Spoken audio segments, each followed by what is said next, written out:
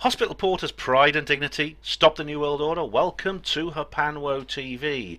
Well, this is another video, the second one actually, where I shoot across the Atlantic to join forces with my dusky designated wingman, Rin Michaelis, because Netflix has done something pretty disgusting. And Rin and I have decided to put the world to rights by talking about it and exposing it. This video was originally broadcast on Rin's channel, and there is a link in the description box to that. Please do go and check it out. Subscribe to Rin. And also, Rin has asked if you want to mirror it on your own channels. You're completely free to do what I've done and simply put it on your own channels. So I hope you enjoy it. This was broadcast a few days ago on Rin Michaelis' channel, and I was joined with her in a two-way interview while we both do this very necessary thing, I think. Okay, go live when you're ready. We are live. All right. All right. Hello, everybody. My name is Rin Michaelis, and with me I have Ben.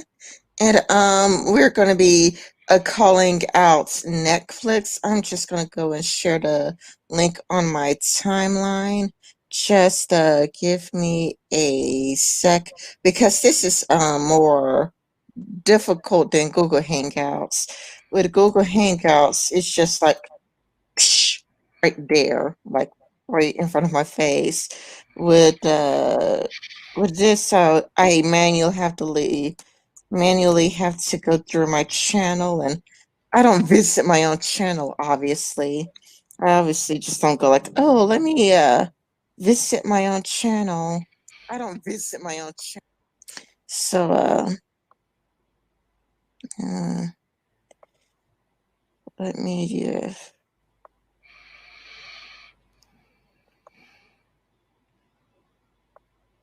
go and put this on Twitter. Try to get other people to see it.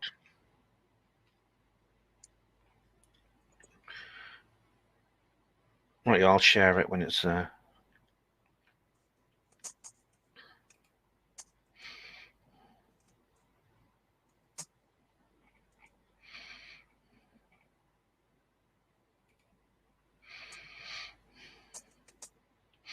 I don't actually have Netflix, but I don't have Netflix either.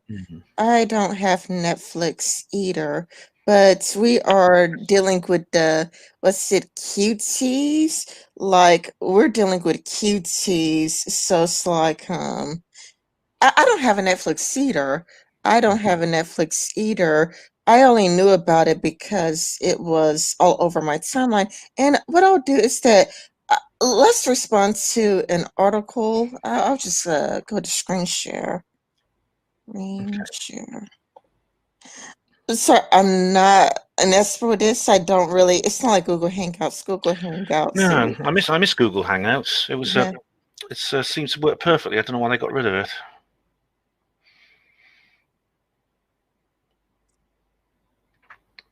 But I know that this did come up on Twitter, didn't it, Rin? I mean, you showed me a few things. All right, yeah.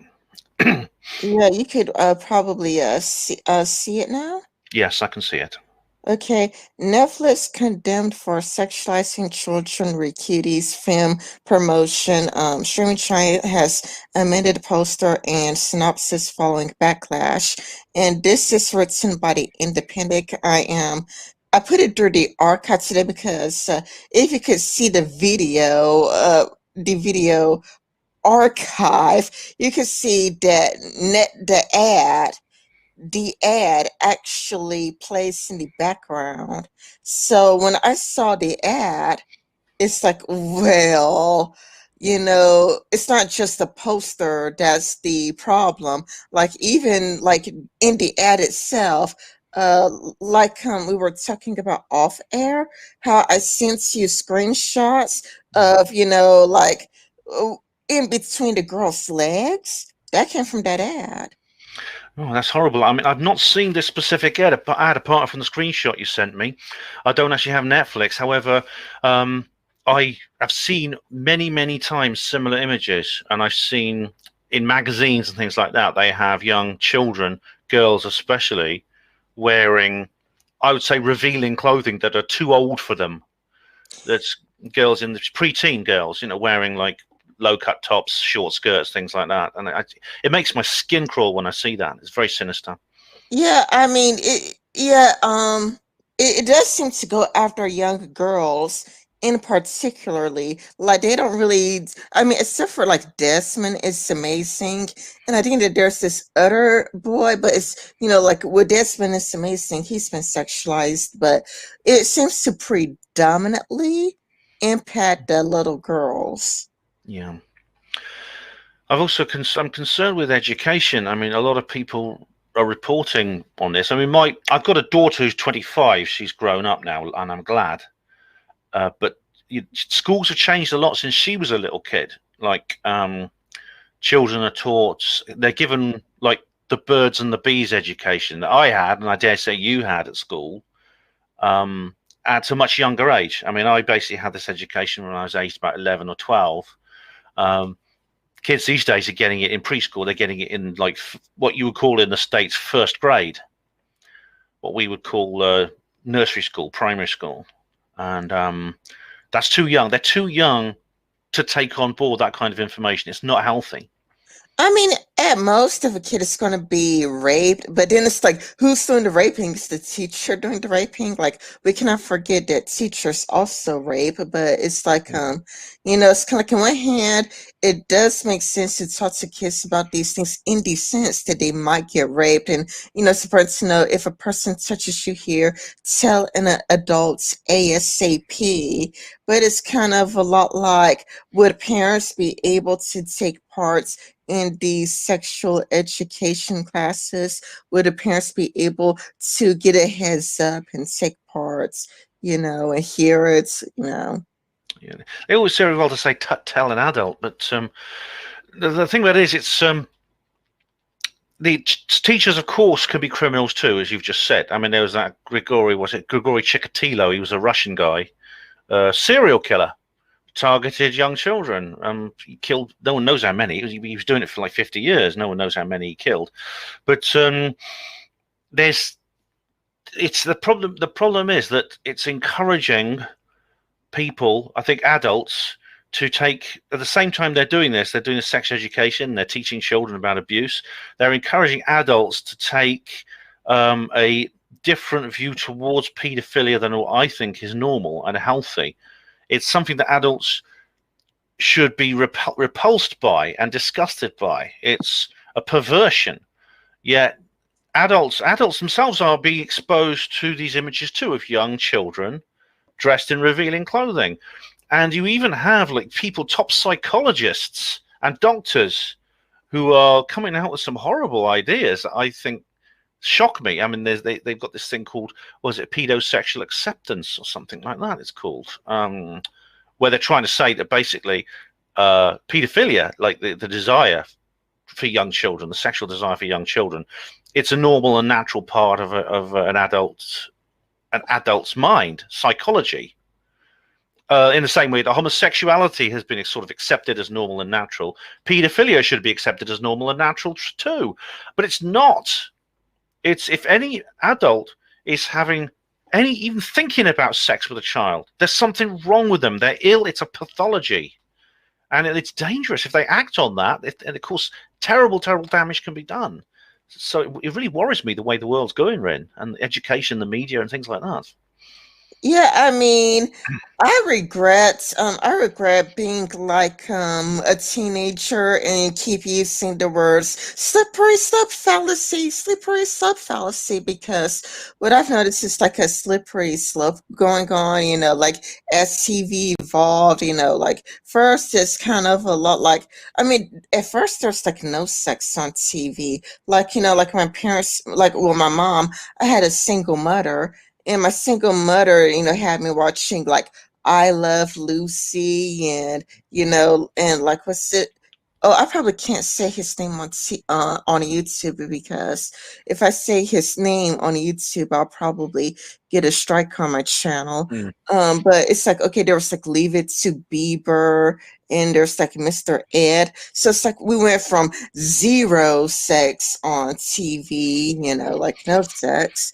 Then it's kind of like, well, we're going to have sex, but it's going to be between adults. Like, don't worry, there's gonna be sex, but don't worry, it's just going to be like between adults. And then you have like, okay, it's like, well, we need to have sex between, teenagers. And weren't we all horny at that age? Weren't we all horny?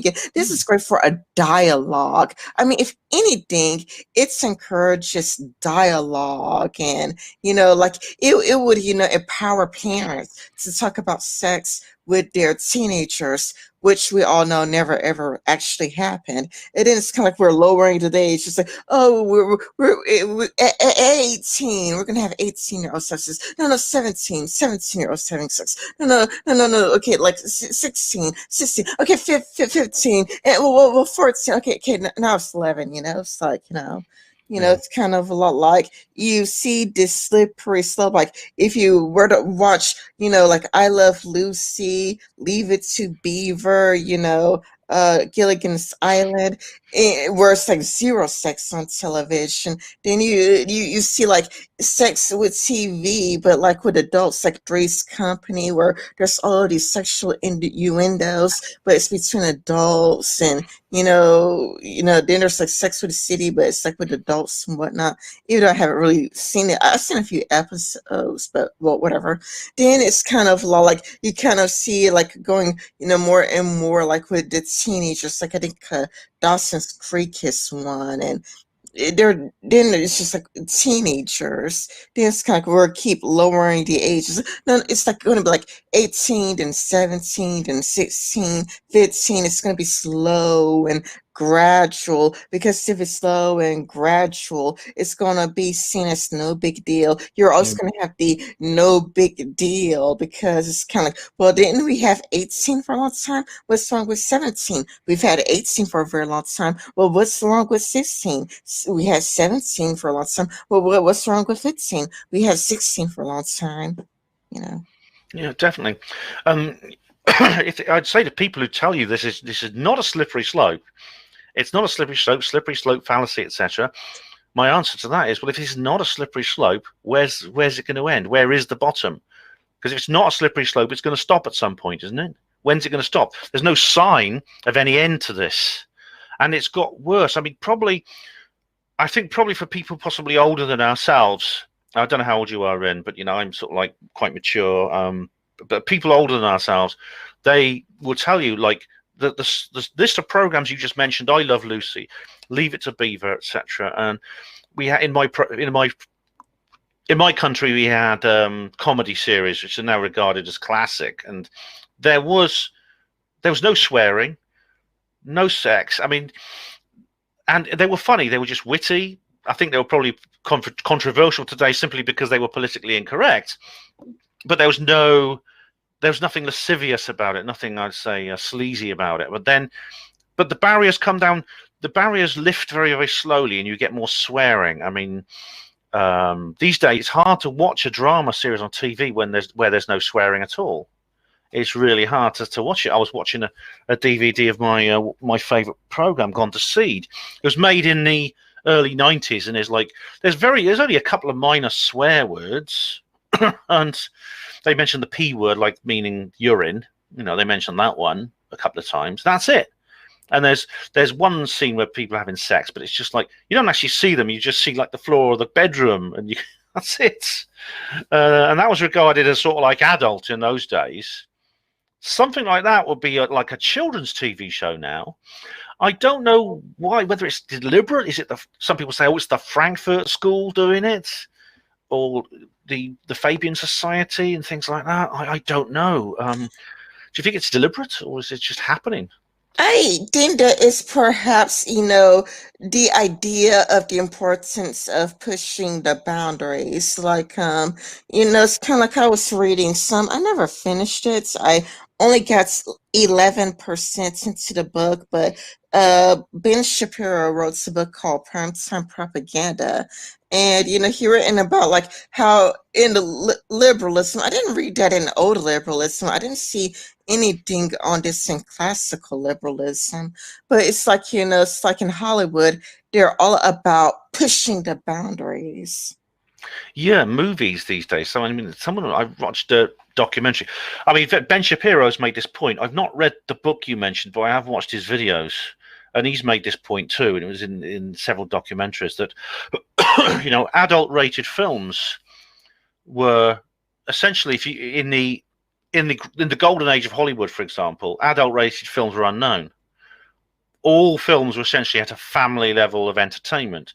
There were some that had violence in them, such as the westerns with Kirk Douglas and John Wayne, where people were getting shot. That was considered controversial. There'd be, if there was any reference to sex at all, it would not be explicit.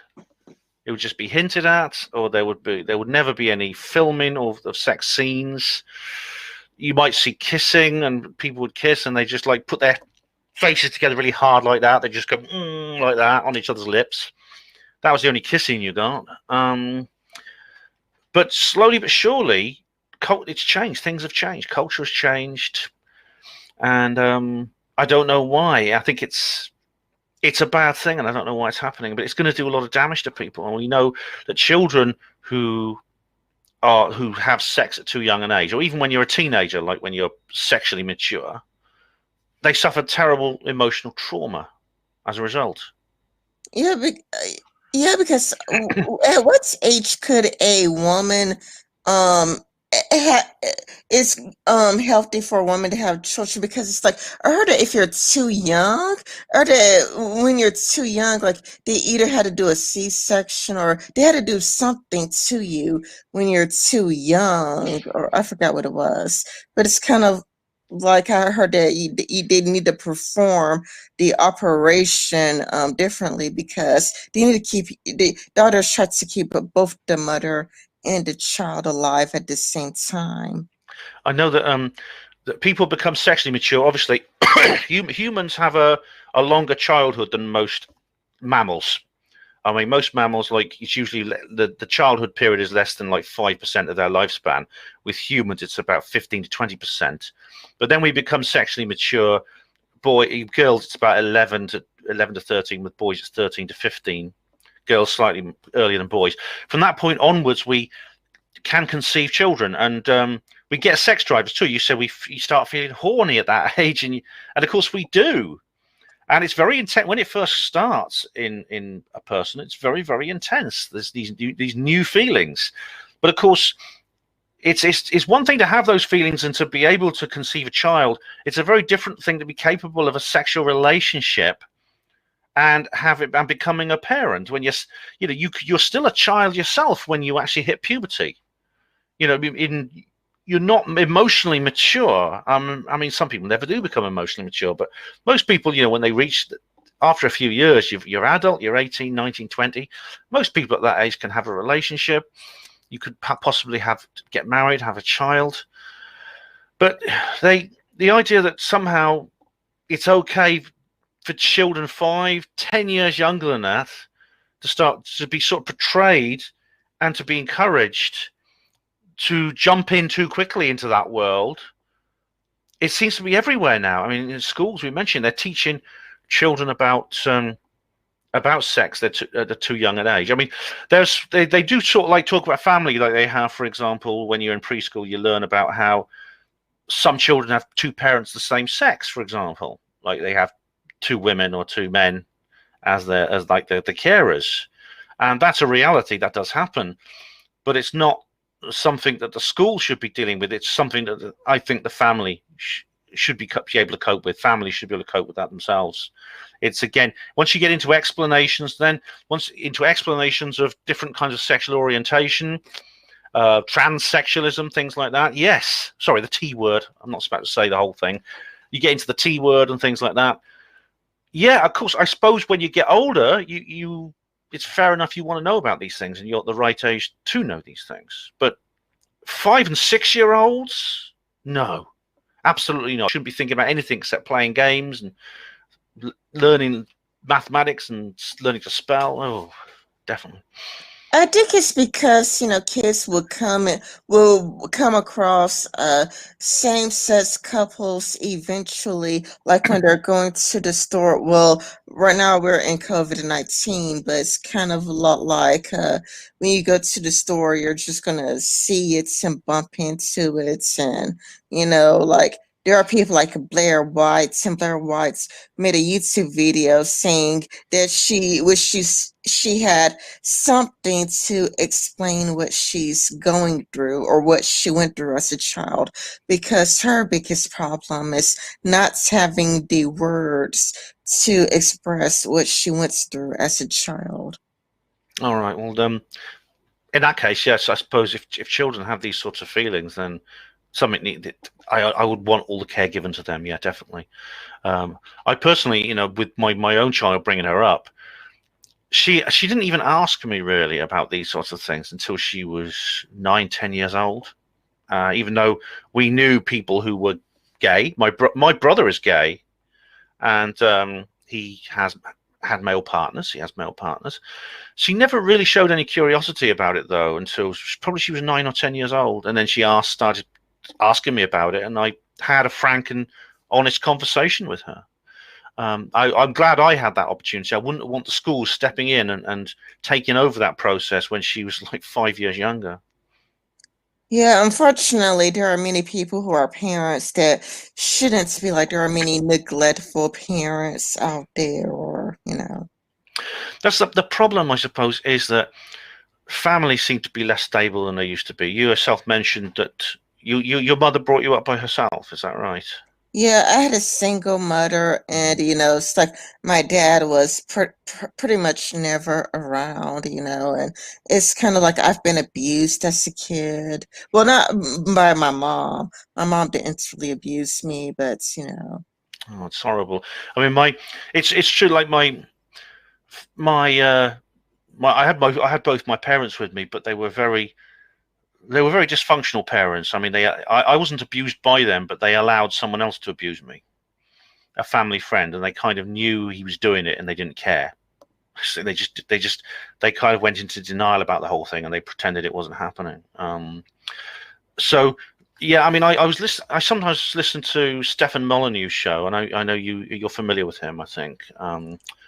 Well, You, I do not like Stephen Molyneux. Like I've seen some of his takes on Twitter back when he had a Twitter, and I am no fan of Stephen Molyneux. and I know you're quite a harsh critic of him, yeah, but he was talking about he does some of his, especially his early shows. He focuses on family life, and he says some things sometimes that really ring a bell with me about being a child, not being able to say anything, saying it's the ultimate power disparity, and that I think parents are. There seems to be a different culture in families at the moment. There's less cohesion within the family. I think my extramarital affairs seem to be going up. My dad had one, and I think my mum had one, even though they didn't say it anything. That seems to be becoming more common. Parents splitting up.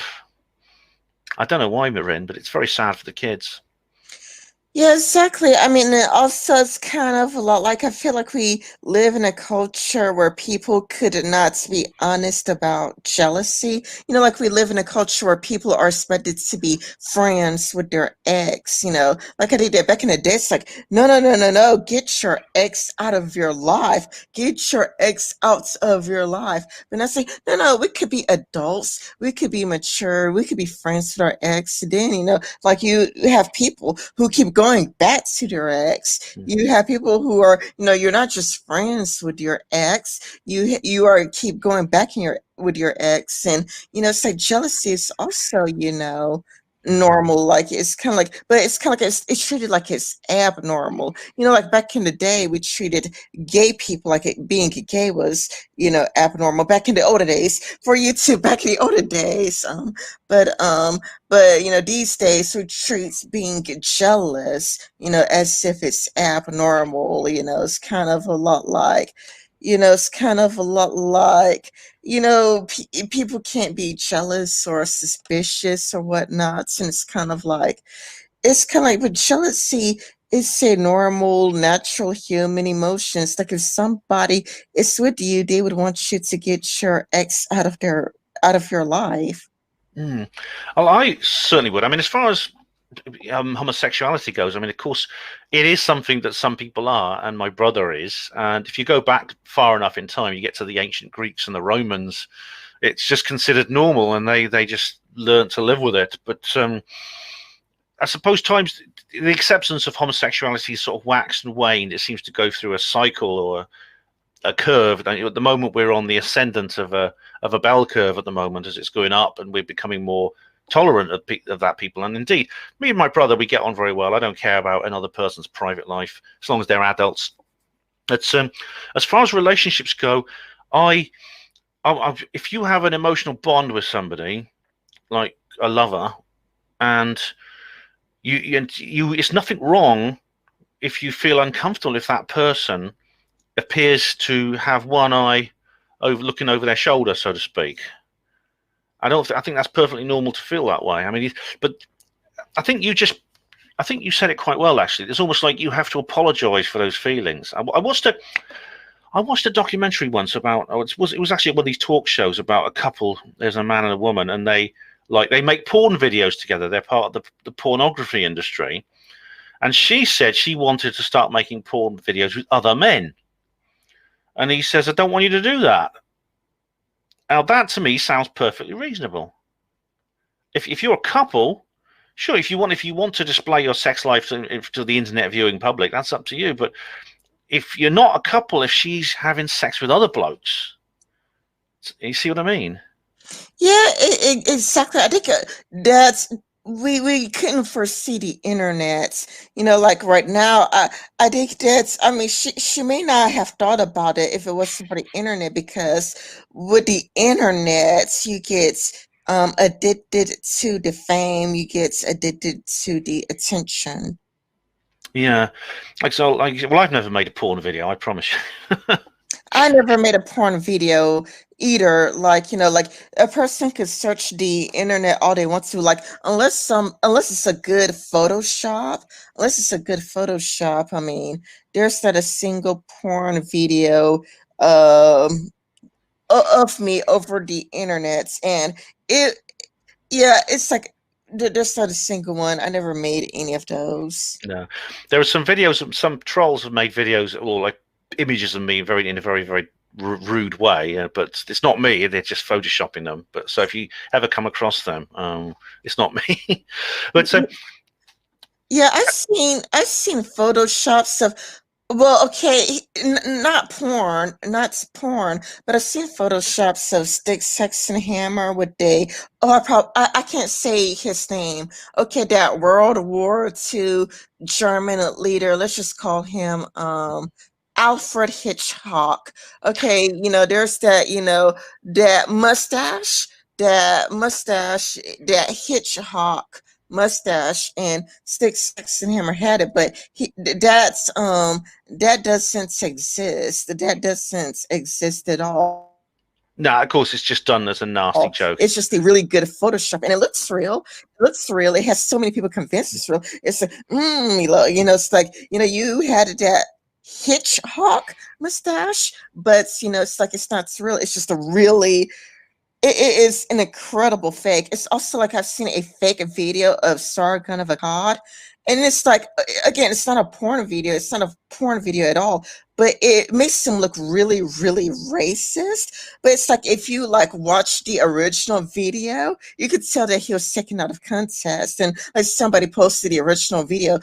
But it's kind of a lot like, you know, like if you watch this video of Sargon, it's like a really convincing clip that makes him look like a huge racist. But it's kind of all like if you watch the original video, it's like you could tell that it's just a really good edit. So somebody just edited it really well.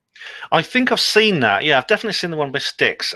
Styx and Sargon, of course, have their enemies, and I have mine. Someone did a Photoshop. It wasn't a porn thing, but they made me look like a dirty old man with a string vest and like broken trousers and things. It was pretty disgusting. It's very realistic in this day and age, but Well, just there is also a bit, of an irony of it too. It's kind of like, okay, it's kind of like, like sure, like we all know that people do things like this just to be really, really mean and really, really nasty. But there is on the, on the other side of it, like there are people who gotten famous on YouTube for just being honest and being like, this is a mundane Matt's edit. Like there is this, channel. I think it's ran by Dame Pesos. I'm not sure, but I think it's called Honest Mundane Mats or whatnots. But it is a YouTube channel. It just goes through all of Mundane Mats videos, and what they do is that they edit things like really, really well. But they like admits that it's an edit, like they're honest about it. It's being an edit, and it like got like really popular. Like I think got like 23,000 subscribers. It's probably more now, but they're just honest about it being an edits. So like people caught on, and it's like really, really funny. It's like really funny edits, but realistic, but funny.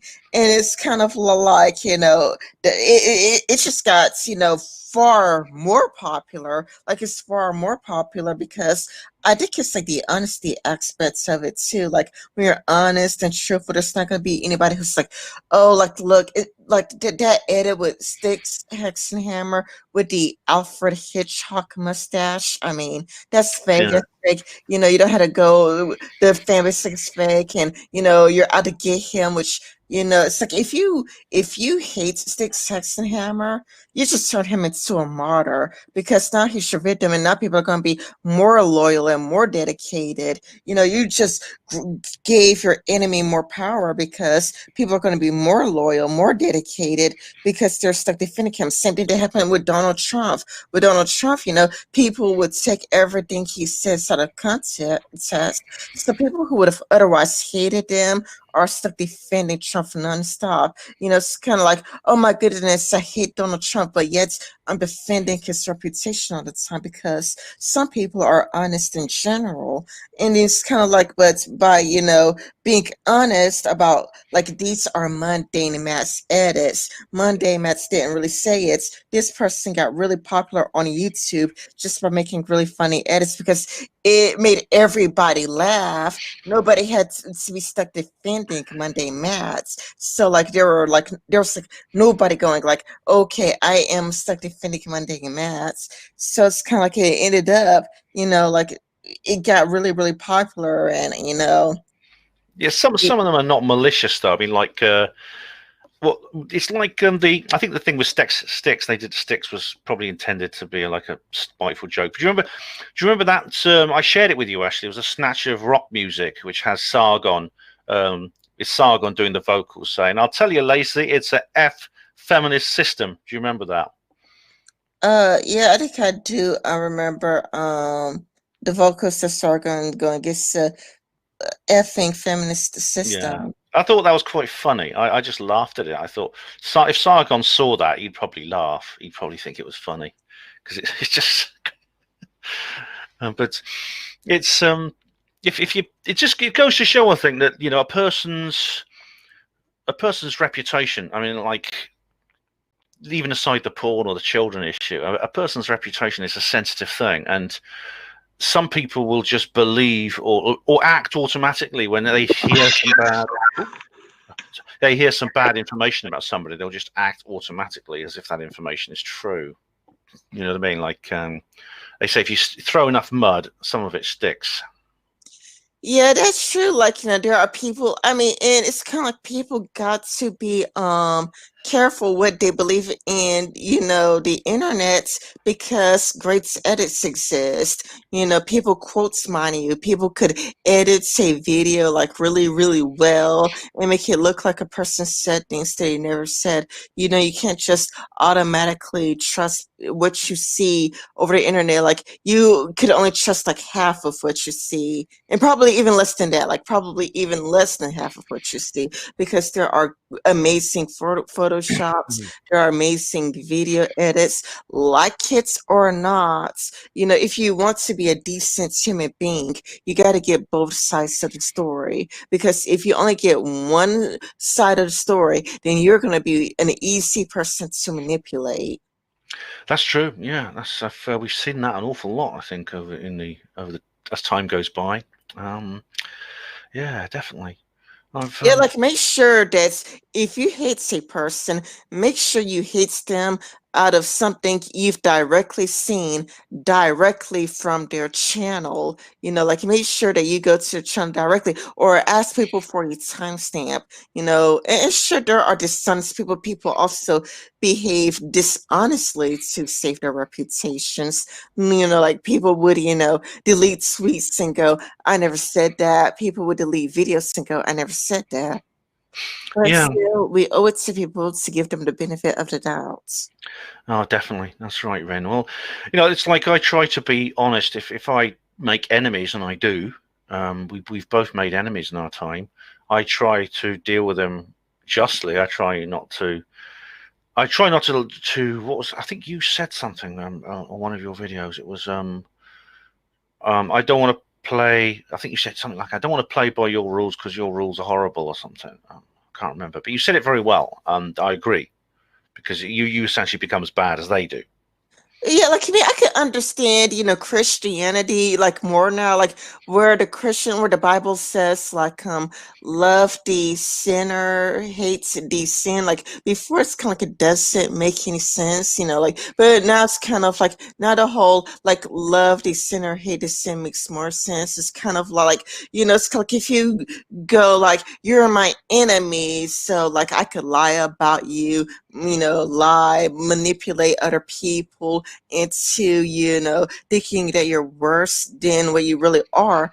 Well, you're still a horrible person because you feel the need to lie, manipulate, deceive. You probably either sink it down to their level, if not beneath their level. It's kind of like, so I can see why the Bible would go, who you are is how you treat your enemies. Like how you decide to treat your enemies says a lot about who you are. Because if you were to say that because somebody's my enemy, that you get to lie about them, manipulate, spread false information, well, you're still a terrible person because it's kind of like, what you're doing is horrible. So it's kind of like now I understand the Bible more. It's like, oh, like this is what the Bible means by, you know, I wouldn't go so far as to say love your enemies, like love your enemies. I don't know what they mean by love by the biblical sense. Anyway, they probably have a different meaning than today's love, anyhow. But it's kind of like I could see, like, that person may be your enemy, but that doesn't mean you get to spread lies about them or misinformation about them, and make it look like they do something that's they didn't do because you're the bad guy here. Yeah, the IDW always going on about Nietzsche. Friedrich Nietzsche said this, he said that, and one of the things he said was, if you go to make war against monsters, make sure you yourself do not become a monster. And that, I think, is very wise. And indeed, the thing about Christianity, which you brought up, and the Bible, and the wisdom of the Bible is interesting, because I'm not a Christian, and we talked about this on a previous video, I think. But I do understand the value of Christian ethics. I suppose I'm what you call a cultural Christian, and you hear that term an awful lot nowadays, don't you? You hear it from people like Douglas Murray or other people in the IDW. Peter Hitchens, of course, is a real Christian. Dave Cullen has become like a real Christian. But even those that don't like Molyneux, I know you don't like Molyneux, but Molyneux's in this camp as well. I think they see Christian ethics and Christian values as a counterpoint, a counterstrike against what we've just been discussing. That is the breakdown of family life, the sexualization of children. I mean, Christian people who are devout Christians would recoil against that kind of thing. and things such as love your wife and husband till death do you part, to love and cherish, and things like that. And I understand why that's a good thing. I understand why that is healthy, and societies which embrace those ethics are very stable and very functional.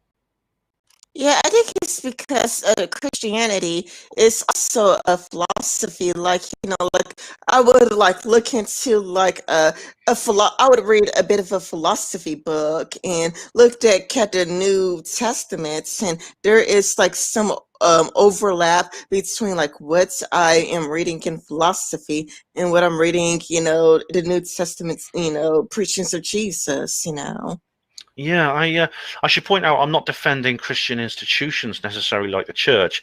I know the church is certainly not perfect, and the church has done some terrible things. In fact, we know that there's scandals relating to the very thing we was talking about earlier, child abuse, within churches. I mean, the Yeah, Vatican is. yeah, there have been child abuse scandals within the churches with the Vatican and whatnots, and and back when we were younger, there would be those Saturday Night Live skits about horny priests, and these horny priests would prey off little boys, Yeah, um. But I'll now point. it's kind of like now you see more people on the left doing it. Yeah, you see, like, I mean, Milo. I mean, I've got my problems with Milo, especially when he started talking about his supposed sexual relationship at the age of 13 with this priest, who is if you work out the age he is now and the age he was then, it's possible this man is still in the clergy and still preaching. In which case, then there may be more children in danger. But he what he said, he's been condemned by the left for what he said, but it's actually from a lot of the left that this sort of thing is coming through. Like Peter Tatchell saying Peter Tatchell has made. I know he's become a bit of a libertarian in recent months and years, but he's made some very disturbing comments about underage sex, about how it shouldn't be treated as, if there's like 2 years, if a boy is 2 years underage, it shouldn't be treated as a big deal, as if like a 13-year-old and a 16-year-old, like they're two different things. As if they're like, oh, it doesn't matter because the 13-year-old and 16-year-old, they're just essentially the same thing, which is nonsense.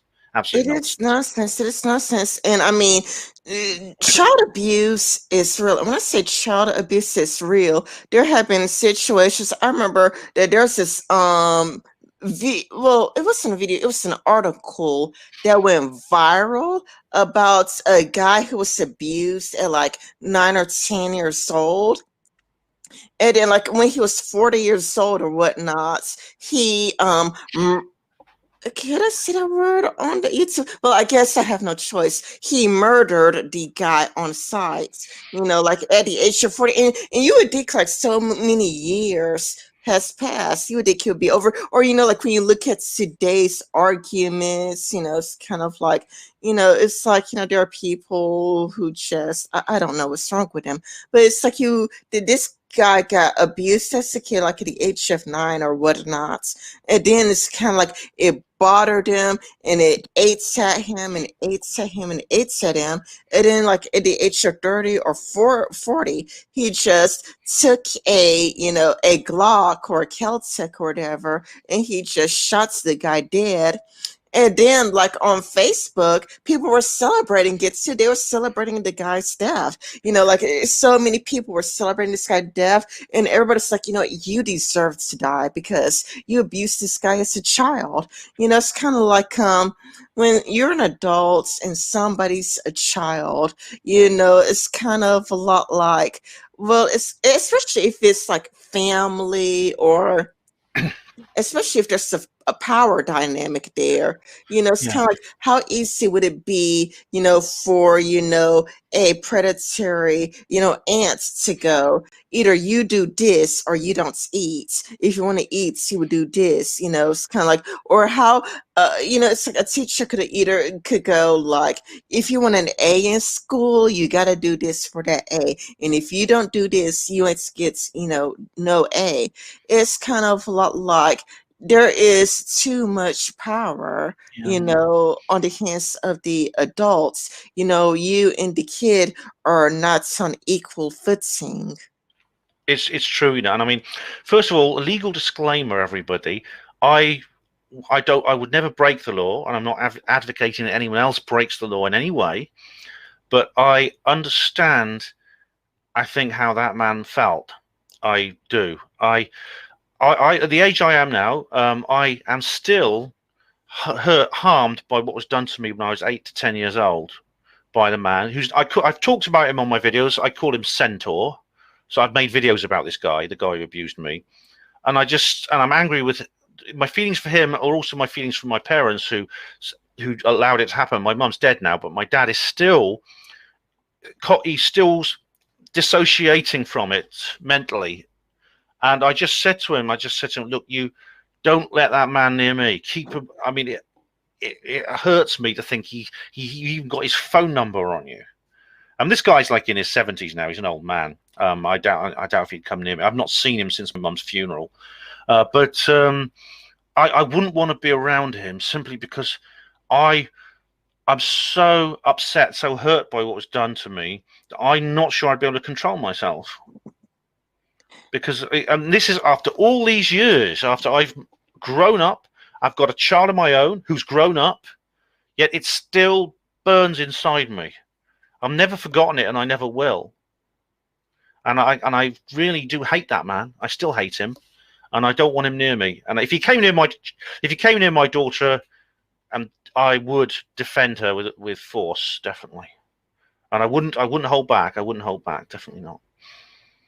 Yeah, I've experienced both. Okay, I've experienced, abuse. It's two different ways. I experienced, some sexual abuse, but it's not by my immediate family. It would be closer to like, a friend of the family, or like a cousin. But I have experienced sexual abuse, but it's not from my immediate family. And so it's kind of like I think that's the reason why I never, because I know that people who were sexually abused tend to become abusers themselves. But because it's not from anybody in my immediate family, I think that's the reason why I never, rationalized it or whatnot. But I also, when it comes to my, immediate family, it's kind of like the abuse of spanking. When I say abuse of spanking, what I mean is, my aunt would want me to go get her cigarettes. But in the school system, they teach you it could give you lung cancer, you would, die and whatnot. And, like my aunt was like, go get me some cigarettes. And it's like, I'm like, I learned in school today that you could get cancer and you could die from this. And she spanked me for it. And it's kind of a lot like, like if it had been me, I would be a lot like, oh, thank you. Like, thank you. Like, I'm really happy. Like, I'm really, really happy that you care about me so much and go get it myself. But it's kind of a lot like, she was like, go give me some cigarettes. And I said, no. And she spanked me for it. Oh, that's awful because children have a natural sense of children are naturally logical and ethical. So you have a natural sense of understanding things such as hypocrisy. I mean, the classic one is the father who sits his boy down and he says, "Look, son, you must never smoke when you're older. It's really bad for you." And while he's doing this, he's lighting up. He's going, he's lighting up and saying, "Look, you must. It's really bad for you to smoke. You mustn't do it." And of course, the kids don't have to be taught this. They go, "But you're doing it, Dad. You're telling me not to do it, but you're doing it." No one teaches a child that. They just know it comes out of logic, and it's true when kids are given conflicting messages and they're given contradictory instructions, which you were, even to the point where you were physically punished. You would receive corporal punishment because you were forced into this dilemma, and there was no real way out of it. Yeah, like when I was a kid, and it's like, hey, smoking is bad for your health, and the school system wants into the dangers of smoking, and then like I was like, I love you, I care about you, I want you to live, and she spanked me because they refused to give her cigarettes. It's like not only that, but it's like not the only time she did something of that nature. It would be like giving me gifts that she knew darn well that I didn't want for my birthday, but then spanking me for, like not taking care of it. Like, okay, I don't really care that much about flowers. I'm not really much, I don't have a green thumb. I do not have a green thumb. I would like prefer to play video games. And, but she would give me flowers for my birthday and she would spank me because it died. So it's like, why on earth would you give somebody a gift that they do not want? Why would you give a person a gift that they do not want and then spank him when it dies? It's so awful to be a little kid in that situation, because you're given these mixed messages, these contradictory instructions that leads to violence being done against you, corporal punishment. And it's like, there's it's a mixture of emotional abuse and physical abuse, because you're getting the painful spanking at the same time. It's not because you've done something wrong. I mean, if you go and you smash your auntie's window deliberately and she spanks you, yeah, maybe maybe Molyneux's right, and you shouldn't be spanking kids. But at least it's comprehensive to a child. They've done something bad, and they're receiving some kind of punishment for it, whether it's the correct punishment or not. But when you receive punishment as part of a dilemma or a logical contradiction or an ethical contradiction, what can you do? If you're like a little kid, what can you do? I mean, when I was abused, I was like too young even to realize what was. All I knew is that I was being harmed. I was being hurt. There was a man in the family who was hurting me, Exactly. and my Like, parents were letting him do it. it's like when you're so young, you don't really know why you're being hit. Yeah. Like you're confused as to why this person is hitting you. Like, it's like, why are you hitting me? All you know is that you're being harmed, and you're being abused. Like you're not sitting back and going, like, okay, like let me reflect and let me think about it. It's like you're just thinking, why are you hitting me? I'm confused. I don't understand. Why are you hitting me? So you being hit is like a confusion to you, and it's kind of like, no, I'm gonna hate you for the rest of my life, which I do. It's like, to this very day I still hate my aunt's guts to this very day. Like, like this happened when I was really young. I am older than that now, and but it's kind of like, you know what, I still hate your guts for what you did to me as a child. Yeah, I Are you mean, there? when these things. Yes, I'm here. Can you hear me? Yes, I can hear Oh, you. okay, yeah. When these things happen as a little kid, it hurts more. It's these things, emotions like fear, anger, emotional pain are so much more intense when you're a little kid. I mean, I've had I've been hit when I've been an adult by other adults, and to be honest, I've forgotten about some of these occasions. I mean, my job, my hospital portering job. I would receive verbal abuse. I'd receive occasionally violence. I hardly ever think about it. But all that time earlier when I was a little kid, I've never forgotten the feelings I had, the fear, and I couldn't sleep because of this fear. I couldn't, and the anger and the confusion and the betrayal I felt from my parents. That they they didn't only just allow it to happen. They seemed to see this guy as some kind of god. It's like he was a cult leader, and they were like members of the cult. So this guy is under your parents' worship. Is he like Yeah. a stranger to the? I mean, is he like a preacher, or is like a uncle, or? He's not in any way related to us. He's just a man that my parents somehow made friends with when I was 8 years old. It was just after we moved into the area, because I come from West Wales originally, and we moved to Oxford, and and for some reason they made friends with this man, and he was just there. Well, he became like a part of the family. He ended up like being there all the time. Like every evening he'd come around and he'd have dinner with us. Weekends he'd be there just all day.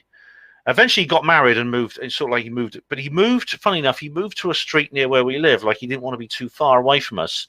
And I look back now and I think it's because he was getting some kind of sustenance from us. He was getting some kind of he was sucking something, you suck in some kind of energy from us. I don't know if you're familiar with people like Thomas Sheridan, who's written about psychopaths. You, Oh, well, I heard of antisocial personality disorder. yeah, Thomas Sheridan wrote a really good book about this, which has really resonated with me, about the personality of the psychopath, or the lack of any kind of like awareness or sympathy or empathy for other people, and the need to control others, and the sadism and things like that. This was all in this man, and he had this also magical ability to entrance people. I mean, I'm pretty sure that he's the man my mother had an affair with. I know that my dad had a relationship with his fiancee before they got married. I mean, my dad actually told me that he did. So this predator, Centaurum, you called him. Your dad had a relationship with his fiance. Yep, and I'm pretty sure my mum had a relationship with him because I saw them kissing once. You said him kissing once. It does sound like your parents were in a cult. It is like that. It was a kind of a sex cult. I mean, it was awful because they got drunk one night, and then my dad started kissing Centaur's fiance, and my mum started kissing Centaur, and I was like a little kid. Like I said, I didn't understand what was going on. My grandmother was there at the time, and she was going nuts. She was like really upset by this, and my grandmother was always someone my mum never liked. That's my paternal grandmother. Um, but I look back on her now, and I realise that she was like an anchor of sanity in that family, because she reacted to this in what I would call a healthy way. She was horrified by what my parents were doing, and they were doing it in front of me and my brother. Yeah, that could mess a kid up. Yeah, my grandma, she died in 2001, but I look back on her very fondly, actually, because I think she was the most sensible person in my family. Although I didn't really have as much contact or as much, I didn't have the relationship with her I should have, I suppose. Maybe my mum kept me away from her, or demonized her to me, just because she knew that my grandmother had sussed her out. Mm. Yeah, Yeah, I'm sorry to hear about that. thanks. It's one of these things that's sort of like part of our lives that we just sort of. It's something I've had to learn to deal with, I suppose. Mm. But it just goes to show, doesn't it? I mean, like, there's so much, so many things that can mess you up in life. It's no wonder, like, when people grow up and are unable to form relationships themselves, and they have families which split apart. And of course, the state then steps in and says, oh, don't worry about that. We'll take care of your children for you. Oh yes, oh that's so We'll annoying. look after them for you. The states, and not only state, but the media wants to give their Mm. own guidance to little kids, and they make things worse because those perverts in Hollywood are the main ones. Sexualizing kids is kind of like when it comes to Netflix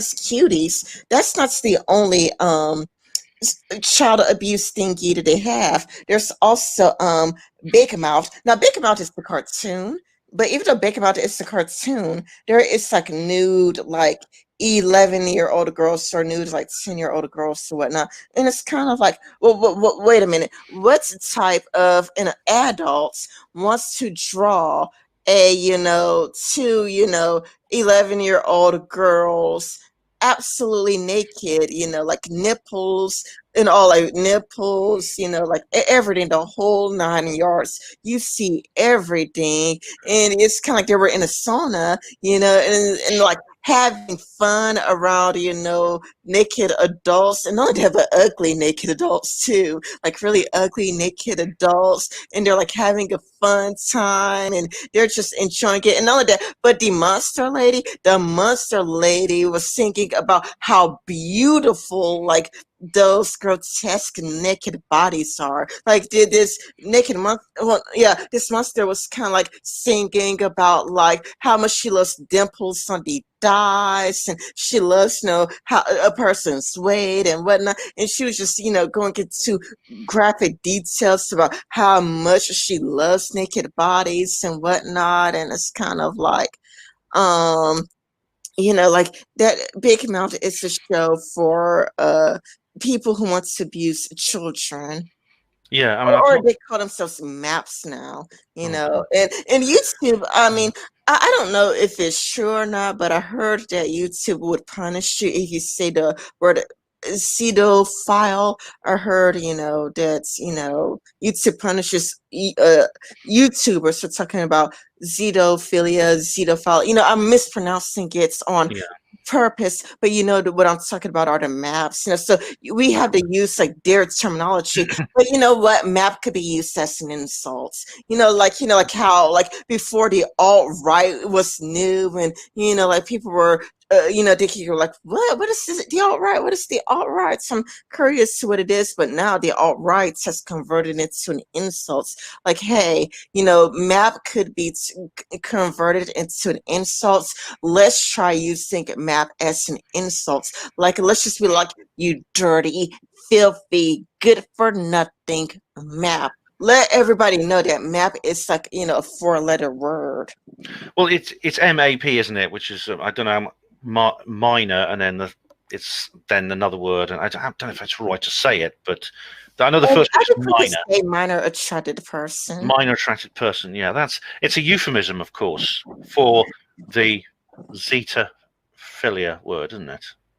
The Yeah, zeta word. It's a zeto. It's a euphemism simply for someone who has a, I think, yeah, perversion. yeah, It's coming from a a perversion. zebra file, a file, like Yeah. that type of file, minor attracted person. Excuse me, but It's all right. Hope you're all right.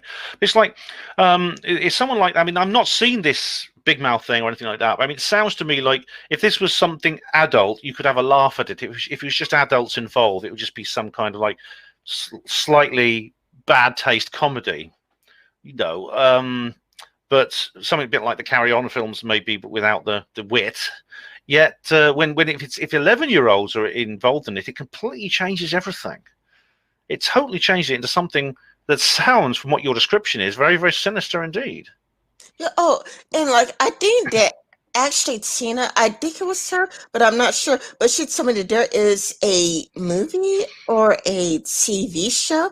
I don't remember the name, but I think Tina told me that there's actually a TV show somewhere out there, and I forgot the name of it. It probably wasn't Tina. It was probably somebody else. Okay, like okay, maybe it wasn't Tina, but somebody told me that there's a TV show somewhere out there. I forgot the name of it, but they made it the map, the minor attracted person, out to be a martyr. Like they were like okay, in this episode, there was this adults who had these strong urges for a minor, and it's kind of a lot like he knew, and this him and this minor could never be together, so he took a piece of rope, and he did certain things to himself with the rope. It's kind of like, you know what, f you, do not try to turn those people into martyrs. But it seems like there is a literal slippery slope that's happening that you can see for yourself. You can look at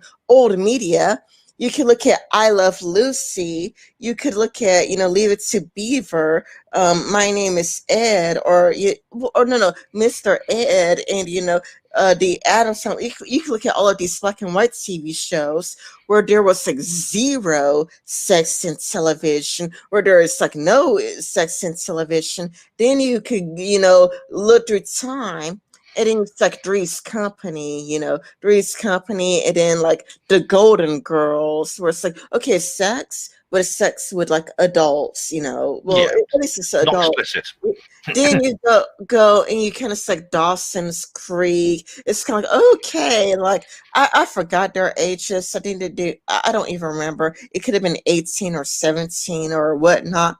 But then the age just keeps creeping lower and lower and lower. It would go from like 18, and then it would be go, well, 17. Then it'd be like, no, 16. Then it's like 15, and then now we have cuties.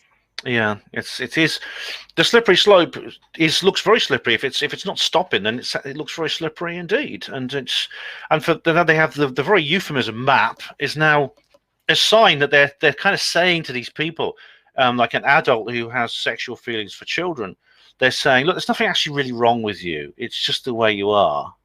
And that is not what you should be saying to people. What you should be saying to the people who are maps, if they've not, firstly, if they've offended, then they need to be told they've done something terrible and they need to go to jail. If they have not offended, then you need to say to them, look, you need to go to the doctor, and you need to tell them, go to a psychiatrist and tell them what you're experiencing and what you're thinking, because it's not normal, it's not healthy, and you're a very sick person. And that's what you should be saying. That's what you should be saying. And you don't hear it now. I mean, it's and there's so much harm done. I mean, do you know there's? I don't know if it's true or not, but you know Bill Withers, the singer. No, I never heard of Bill Withers. Oh, he's a great singer, a wonderful sort of R&B singer, and he had a song called "Ain't No Sunshine When She's Gone." I think that's that's part of the lyrics, and if it's the title. And someone told me, oh, he's saying he's sort of like there's some encoded message there about child abuse. Now, they're not saying that Bill Withers was a child abuser, but he wanted to get some kind of message out about it. Oh, I don't know who Bill Withers is, but I did hear there ain't no sunshine which she's gone. I think that was part of a movie once. I mean, like the song, you know, like how they you know how they insert songs into movies and TV shows. I do think that I heard there ain't no sunshine when she's gone. I think I've heard it all the way through once. Yeah, it's a song that a lot of people have heard, even if you've never heard of the artist. I don't know if that's true, but obviously some people are trying to get messages out. I mean, there's Joan Baez as well, and she wrote a song called "Play Me Backwards." And it's shocking to listen to because it's about child abuse, specifically satanic ritual abuse. And I know we're coming on to another area now, but some of the child abuse is done by people who are doing it in a ritualistic way, and especially when you get into the areas of the media, like you mentioned the perverts in Hollywood and things like that. It looks like once you get into that area of the celebrity set, there's a lot of people who are doing it in an organized way and sometimes for ritualistic purposes. Well, I mean, for me, I don't believe things unless there's like concrete evidence for it. But when it comes to Epstein and Bill Clinton, there is some concrete evidence for it. It's why it's really important for victims to come forward. You know, it is extremely important for victims to come forward. And that is probably the one good thing that came out of feminism, because with feminism came the Me Too movements. And, you know, we got Harvey Weinstein being called out, and, you know, like Epstein is being called out, saying, you know, I don't know if Epstein would have still been called out if it hadn't been for the feminist movement, because one of the people, you know, who really went after Epstein was Rose McGowan. And at least when I first saw her, I think on Sargon's channel. You know, like she didn't. When I say I saw her on Sargon's channel, you know, he played a little clip of her, and she seemed like far left and whatnot, and, you know, she just seemed, you know, to be a leftist and talk about everything she's done for women and whatnot, you know. And I think she did call herself a feminist back then, but it looks like she no longer considers herself a feminist. I saw a tweet from her like last week where she's like, I am not a feminist, you know, so, you know, F you, you know. But it's kind of a lot like, at least we live in a time period where, you know, Bill Clinton is getting called out, so something like we wouldn't, and photos came out of Bill Clinton receiving a massage from an underage girl. You know, it's kind of like, I don't think we would have ever expected to live in this type of time, you know, and I'm quite sure that in the past, something like this would be unheard of. You know, it's like now it's becoming more and more commonplace. And I think it's a good thing to call out public figures, you know, like before it's like we gotta respect the presidents and whatnot. And if, you know, when you're a president, you get treated with respect. But nowadays, like, people are coming forward like, no, you know, Bill Clinton, did things with underage girls. Here are photos of him receiving massages. Like Jeffrey Epstein, was a minor attracted person in quotation marks. But let's turn Map into an insult. Let's turn him up. He was a dirty, filthy, disgusting Map. Let's make them regret using the word Map. Let's turn a Map into a word of shame. Yeah. There's no euphemism for these people. There's no polite or good way you could describe them. They are sick. They're perverts. If they've offended and they've acted on their impulses, they need to be in jail. If they've not, then they need to be in the psychiatrist's office. As simple as that. The truth of the matter is, I mean, you mentioned Harvey Weinstein. I think he's probably one of the small fry. I mean, when he got caught, I thought, I hope they catch more of them, because he's probably one of like the least important people involved in this. The same with Jimmy Savile, the BBC celebrity here in Britain. He was a MAP, and he is a serial, very, very prolific offender against children at the BBC. Children who were in the BBC's care. He was caught, but the fact that there was so much institutional collaboration indicates that it's just the tip of the iceberg, and Epstein, luckily, is a big part of the iceberg. And as horrible as it is that we've heard, the horrible things we've seen and heard about Bill Clinton, Prince Andrew, a lot of other people, it's not as horrible as if we weren't hearing about it. I have a feeling that one day everything is going to be known about. I hope it's soon, sooner the better. And it's going to be horrible. You're going to see people weeping in the streets, Rin. They were literally breaking down in the streets, but it has to happen. It has to happen. We have to go through this experience where we find out exactly how bad it is, so we can then make sure it never happens again, and children and young people can be safe. That's what I hope. I think that's the good thing about YouTube and celebrities coming over from YouTube, because with celebrities going from, corporate media to YouTube, they can now be famous and still call out these corporations and still get money. That means that, if they want to speak out against Hollywood, they could go on YouTube and still keep their fame. Yeah, I mean, people like I do respect people like Corey Feldman, Elijah Wood. These were two child stars who have been outspoken about what was done to them. I mean, in his own way, Milio has been outspoken. The problem is he's acting like my dad did and my mum did. He's just like shrugging his shoulders and like kidding himself that it's nothing to worry about, when it is. It's his way of coping with what was done to him. It's now becoming to the point where it's not taboo to speak about these things anymore. It's no longer a conspiracy theory that only silly loonies believe in. It's something real. It's something, ironically, the loonies were telling us about this for years and no one believed them.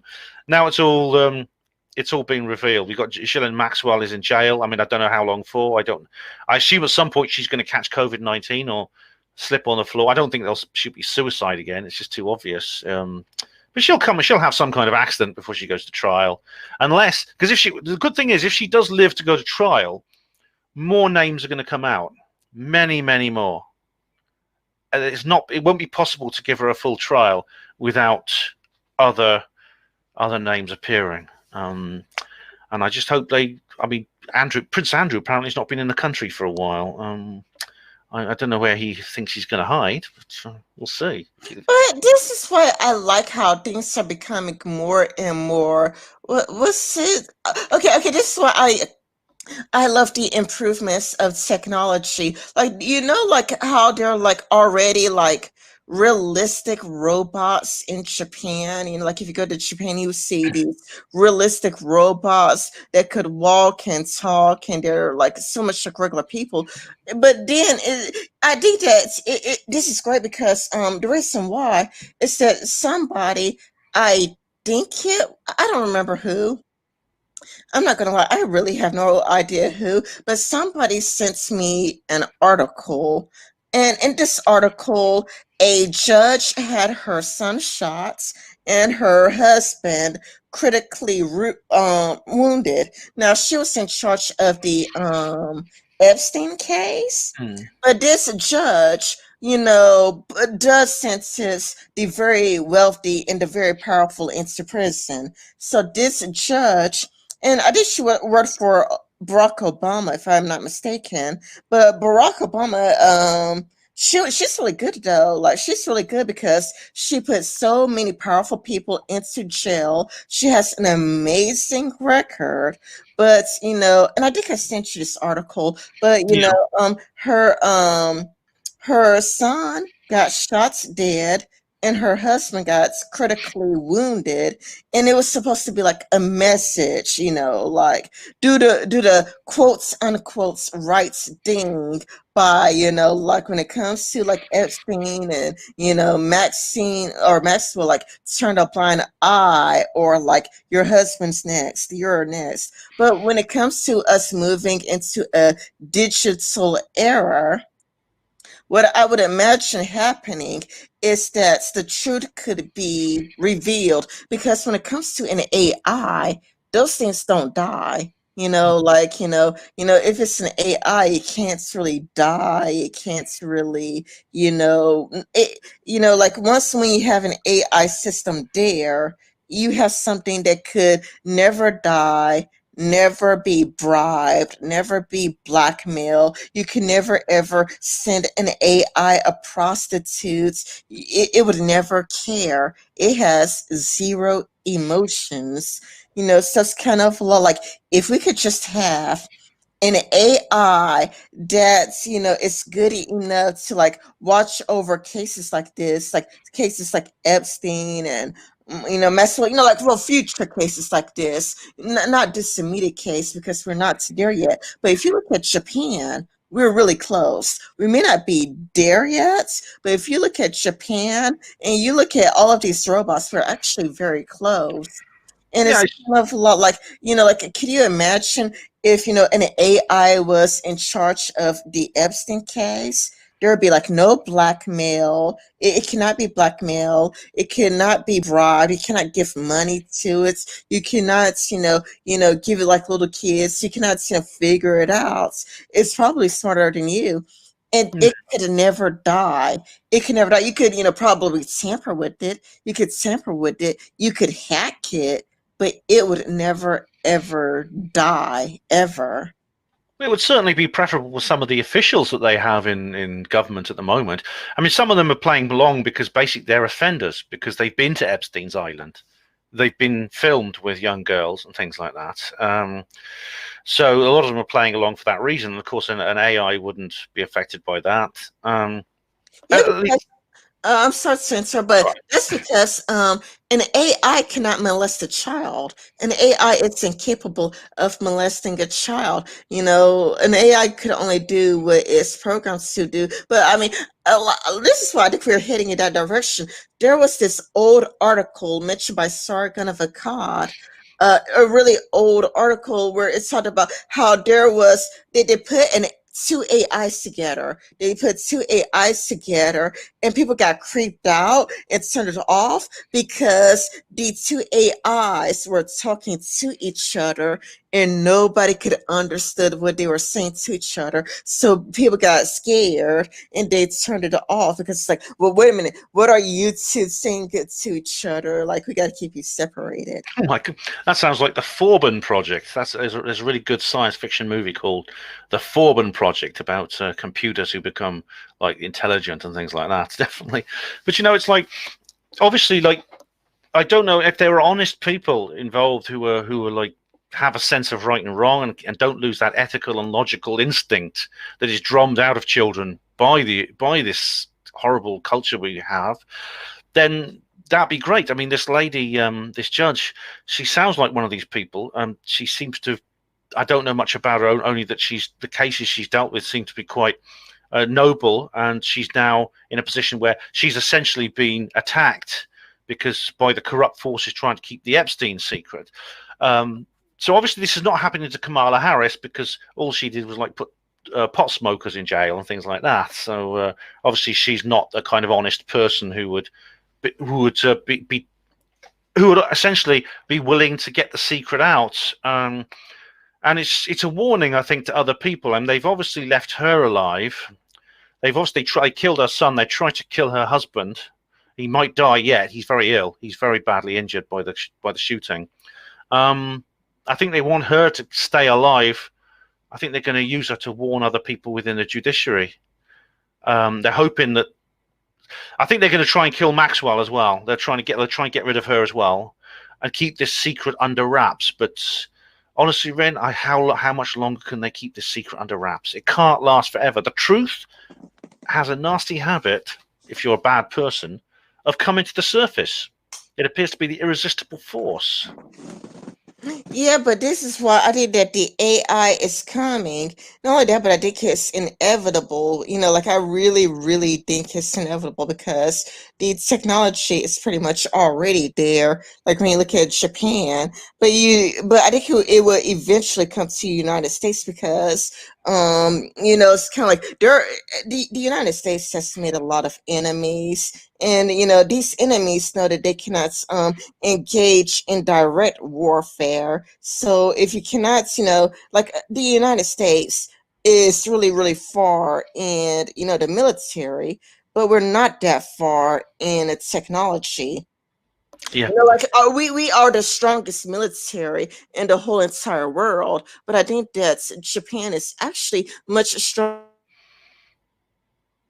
when it comes to technology. So it's kind of like if we piss off the wrong people, it's kind of a lot like it's kind of like it's like, well, America, you have everybody beat when it comes to the military, so we're not going to be dum dums and try to challenge you with a military fight. But then you could just like can you imagine how many dirty secrets like you already have Bill Clinton, you already have like Epstein and Harvey Weinstein. Could you imagine how much you could get away, how much damage you could cause to the United States if you are the enemy of the United States? But if you put an AI program, you kind of like put it into like Hollywood, and you put it into the presidency, and inform the United States, inform the citizens, what's been going on.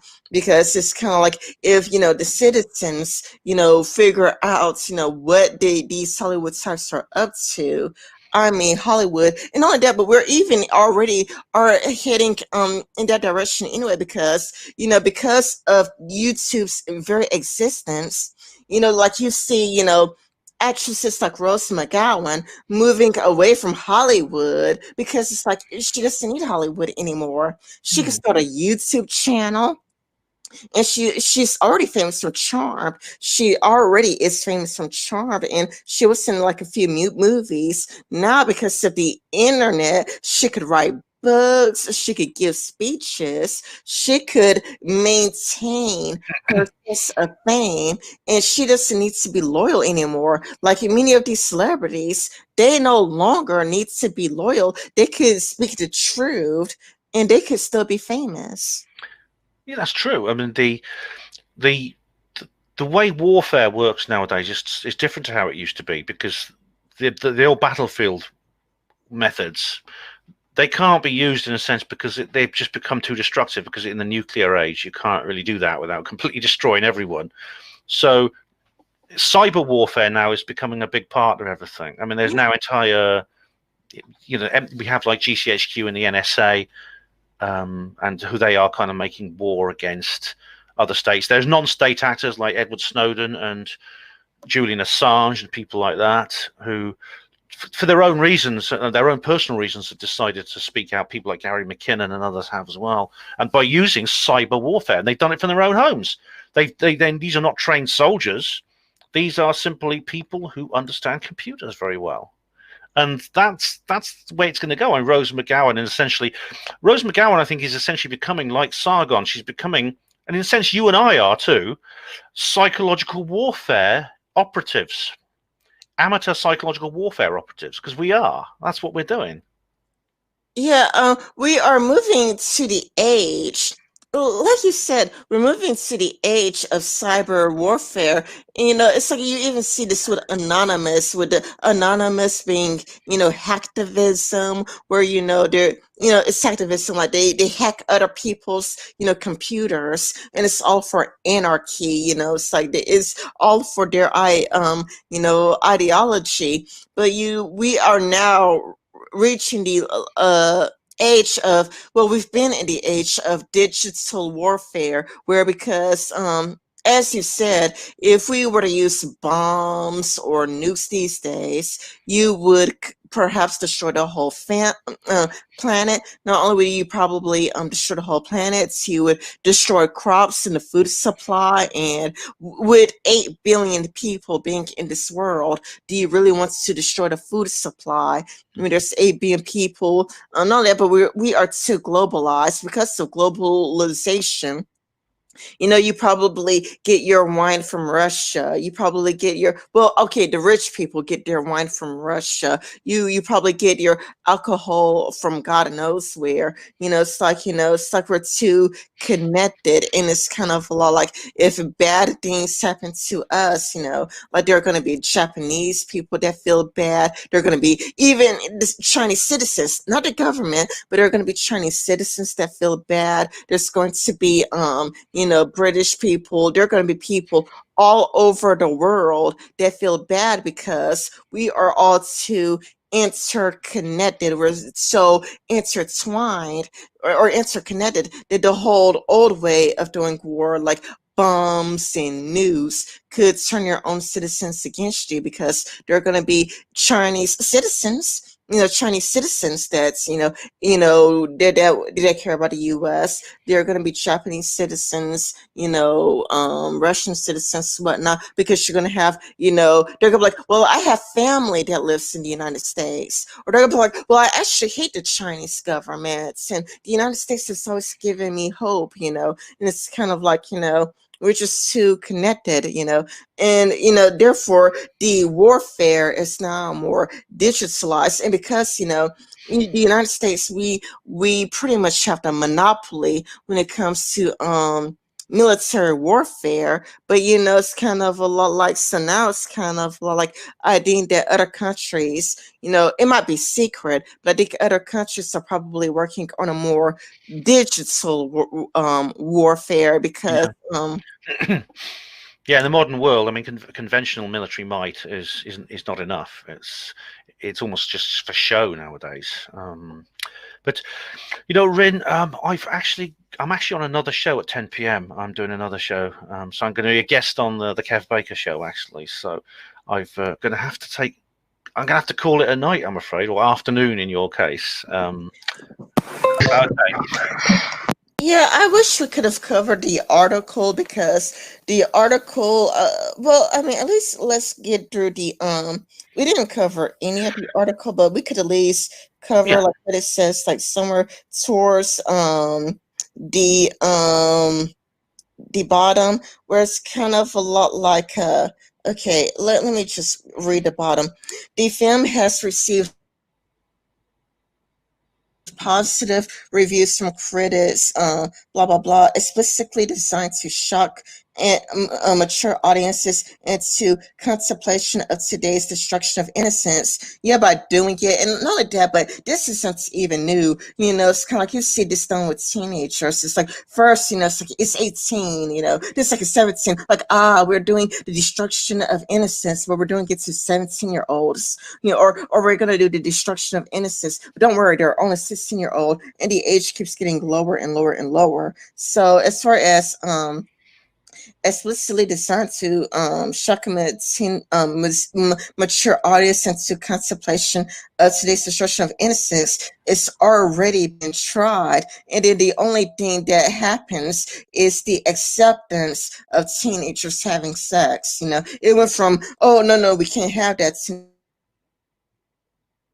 now it's like, who cares anymore? The only thing it does is just make it normalize. Then it goes, the Hollywood Reporter's David Rooney also notes the film has a critical view of a culture that steers impressionable young girls towards the hyperpolarization hypersexualization of their bodies, which they're doing themselves. That's the problem. You're doing it yourself. And today, the sexier and the more objectified a woman is, the more value she has in the eyes of social media.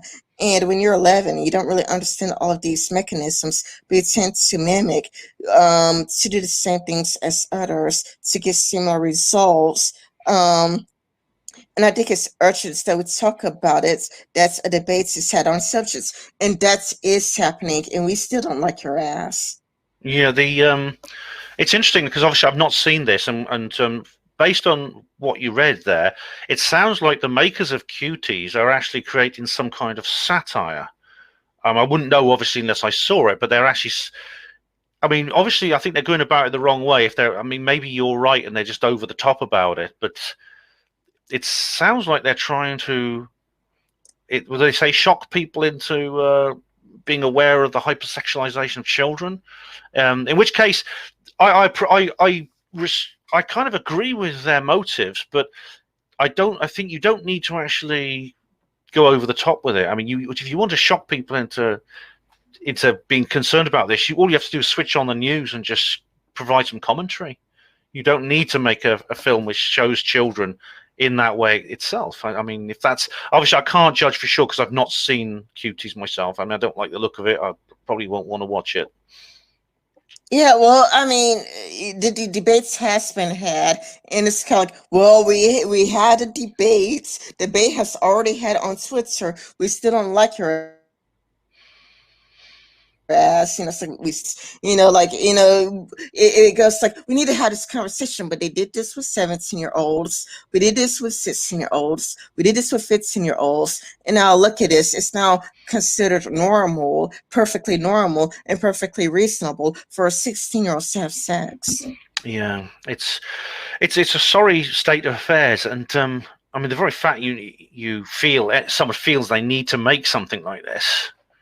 I mean, it's if people are like watch it and think, well, that's not really happening, then that I think is the most dangerous element of all. If they think it's just sensationalizing, because it is happening, it's exactly what it is, and really, it's the point. I hope they bring across, which I mean, there's no guarantee they will, is that it's being promoted as something normal. It's been promoted as something normal that society has to cope, has to become tolerant of, and it shouldn't be. Yeah, you're right. You are right. Not that, but I heard that one of the co-producers or the co-writers, whatever, I heard that one of them actually went to jail for molestation. Oh, So really? I heard that the like either a co-director or a co-producer or somebody involved with the film actually got arrested for child molesting. So it's kind of a lot like, do we really want to trust these people with this film? It's like, no, no, no. It's like not only that, but everybody is outraged already. We don't need this. We don't need what happens to 11-year-olds to be the exact same thing that happened with 15, 16, 17-year-olds, where you keep lowering the age and go like, well, it's about time we had this discussion. Well, it's about time we had an honest discussion. And it's kind of a lot like it's always under the guise of we need to have an honest discussion, but then what you're really doing is you're normalizing it, so you're Yeah. making it out to be normal, so that when it does happen, people are desensitized to it, and they're like, "What's the big deal of blah blah blah blah blah having sex?" No, no, no. That's the reason why we're just going to nip it in the bud, and Mm. it's why I signed a petition to get it removed. Yeah, I think you shared that with me. I think I signed it too. But if this person, this individual on the production team, and presume you talked about, presumably they're on the sex offenders register, which means that the employers, the No, it's producer on to Reddit. Somebody, right, if they are, you see, then why are they giving that person a job which involves making a film about children? A person on the sex offenders register for that particular offence should not, should never be considered for any job that involves children. Never, again in their lives. I agree with you. I Yeah. agree with you. But yeah, like I heard this when I was on Reddit. When I was on Reddit, it's kind of a lot like the film actually speaks out against sexualization of children. And somebody on Reddit comment section said, "Well, in response to that person said, wasn't one of the people who were involved in the film gotten arrested for pedophilia?" Oh, man, I shouldn't have said that word. That word accidentally came out. I hope I don't get a strike on my channel, but it's kind of like, like didn't that person get arrested for, child molestation and Yeah. and it's kind of like, that other person just got really quiet. And again, it doesn't make sense to speak up on something by doing it yourself. That would be like me, taking my hand and striking a child with my hand to speak out against, violence against kids. It would be like me, going to a building full of white people and using a gun and doing certain things to the gun. It's like, well, I think it's important to talk about racism. You don't have to complain about something by doing it yourself. It just looks like Yeah. satire. Definitely. I mean, if people are concerned about the issues of hypersexualizing children, then they don't have to go to Netflix. They can just go onto any YouTube channel of people who are genuinely trying to raise awareness of this problem, and they're not doing it in a way where they show in like children in these states. You don't have to show children hypersexualized to make the point. We're not doing it. Rin and I we're just doing a simple YouTube discussion about this, and that's what you need to do, I think, and that's the best thing. Uh, Exactly. We are not sexualizing children to talk about sexualizing children. You don't see any nude kids to be like, see, children is sexualized, instead we're just talking and having a conversation. yeah, And Blair White has been calling out maps for, I don't know, 2 years, a year or two. yeah. So Blair White has been calling out maps for a long time, and she does it without sexualizing children. So it can be done. So people need to stop acting like it's impossible. Yeah, it's possible that these producers at Netflix are just that. It's kind of like shock art. They're trying to do something that's really controversial to get lots of people watching, and then they'll have lots of adverts, and it may simply be that. It may simply be a way of generating viewer revenue. Yeah, Which, shock. which case, yeah, in which case that's pretty horrible. I don't like artists who do things like that. I think they're just intellectual prostitutes, and by doing something that's really horrible and disgusting just to get attention, these people, that's really disgraceful, I think. Yeah, that's the reason why people should just work. Like they're doing it more for money, and Mm. for money, it's just like the best thing you could do is to delete your Netflix accounts. It's like if you really want to help society, delete your Netflix accounts. Definitely, I would do so if I had it in the first place. I'm going to have to head off and get some dinner before I'm on the Kev Baker show. But I really appreciate being on your show. It's really great. Mhm. Yeah, thank you so much for coming. Thank you for watching Professor Platypus. Let me read the comments before we go. The correct term is map. IPPH has a derogatory connotation, sarcasm. He wanted to make it clear he's being sarcastic. To Catch a Predator managed to do a great job of spreading the word without showing dirty pics of young guns. I read the comments. I just wanted to talk to Professor Platypus before exiting. Um, Thank you, everybody for watching. Thank you. Thank you, Ben, for coming. Bye bye. See you, Rin. Take care. Well, I hope you enjoyed that. That was me and Rin Michaelis calling out Netflix. There's a lot more to come from me. I'm doing another UFO disclosure video, another reply to Steve Mumbling, another roving movie review, Basically, I'm going to do as many videos as I can. But, well, there's an awful lot I've got planned. But anyway, thank you very much. Thank you very much to Rin for that interview and for inviting me onto her show. I'm pleased to say I'm going to be back on there again. And thank you all of you for watching. Hospital Port as Pride and Dignity. Stop the New World Order.